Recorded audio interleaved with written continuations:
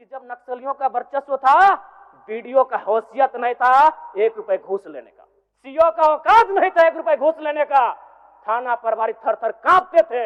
यानी आम व्यक्ति आज भी अगर गोलियां खा रहे नक्सल के नाम पर, तो कारण आपका सिस्टम फेल है अध्यक्ष महोदय। जी नहीं, आप क्या कहना चाहते हैं? मैं ये कहना चाहता हूँ, आपको व्यवस्था में रह के चीजों को व्यवस्थित करना होगा। आप इस राज्य को नक्सल की ओर नहीं ढकेल सकते अध्यक्ष महोदय। आप क्या कह रहे हैं अध्यक्ष महोदय? कहना यह है कि एक आम व्यक्ति क्यों, मैं कह रहा हूँ असंवैधानिक लोग हैं, मैं प्रशंसा कर रहा हूँ सरकार की। क्या मंत्री मैडम एक तो 1 मिनट का समय आप बाधित कर रही हैं, चलिए क्यों बाधित करेंगी?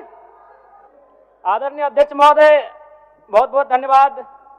माननीय वित्त मंत्री के माध्यम से प्रस्तुत 5,508 करोड़ का अनुपूरक बजट जिसे आज प्रस्तुत किया गया, पर माननीय अध्यक्ष महोदय प्रश्न यह है कि जब पूर्व में ही जो बजट है उस बजट का खर्च करने में सरकार जब असमर्थ है, तो फिर इस नए अनुपूरक बजट की आवश्यकता क्यों?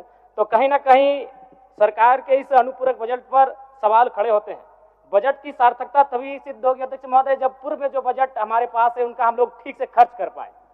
अध्यक्ष महोदय इस बजट को चूंकि मूल बजट भी 2 दिनों में प्रस्तुत किया जाएगा, इस राज्य के किसान, छात्र, नौजवान बड़ी आशा से देख रहे हैं और अध्ययन करने के बाद ये मालूम होता है अध्यक्ष महोदय कि किसान का जो बजट है उसमें 1/4 खर्च कर पाने में हमारी सरकार सक्षम है। तो ऐसे में उम्मीद रखते हैं कि जब मूल बजट प्रस्तुत हो उस समय इस प्रकार की दुविधाएं ना हो अध्यक्ष महोदय। और अध्यक्ष महोदय मैं अब थोड़ा सा एक विषय, सदन के सरकार के एक वरिष्ठ विधायक ने नक्सलियों पर बात किया था और मैं सहमत भी हूं, इसमें पूर्व की सरकार और वर्तमान की सरकार दोनों का योगदान है कि आज नक्सली गतिविधियां इस राज्य में कम हुई है। लेकिन अध्यक्ष महोदय सवाल मेरा ये है और मेरा कहना भी ये है, अभी वर्तमान में अगर आप झारखंड पुलिस की ऑफिशियल वेबसाइट को जांचेंगे तो वहां 72 नक्सलियों की सूची है। अगर आप उनके नामों को पढ़ेंगे अध्यक्ष महोदय, मैं 2-3 नाम पढ़ ही देता हूं।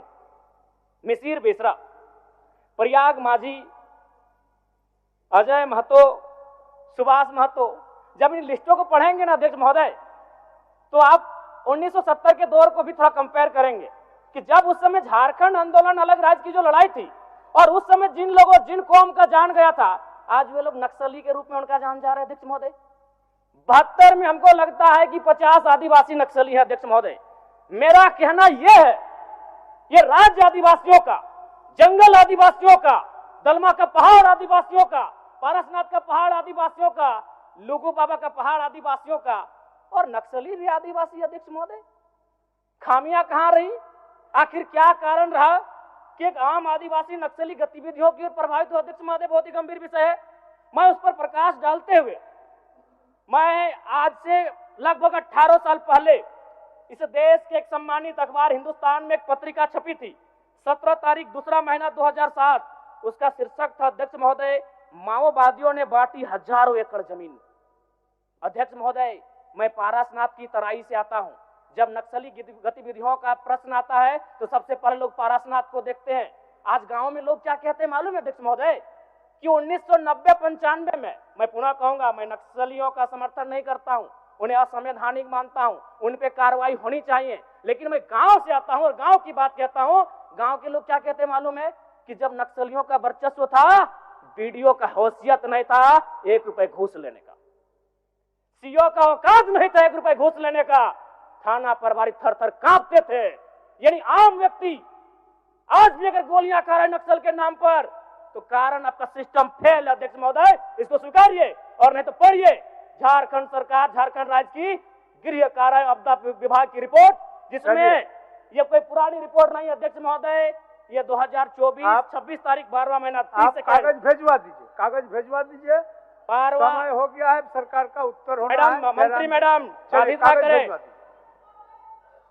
ये 12वां महीना की रिपोर्ट है अध्यक्ष महोदय। 1 मिनट जयराम जी, 1 मिनट चाहते हैं क्या? जी नहीं, आप क्या कहना चाहते हैं? मैं ये कहना चाहता हूँ, आपको व्यवस्था में रह के चीजों को व्यवस्थित करना होगा।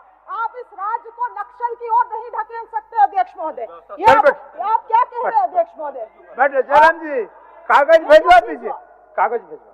मेरा कहना यह है कि एक आम व्यक्ति क्यों, मैं कह रहा हूं ये असंवैधानिक लोग हैं, मैं प्रशंसा कर रहा हूं सरकार की।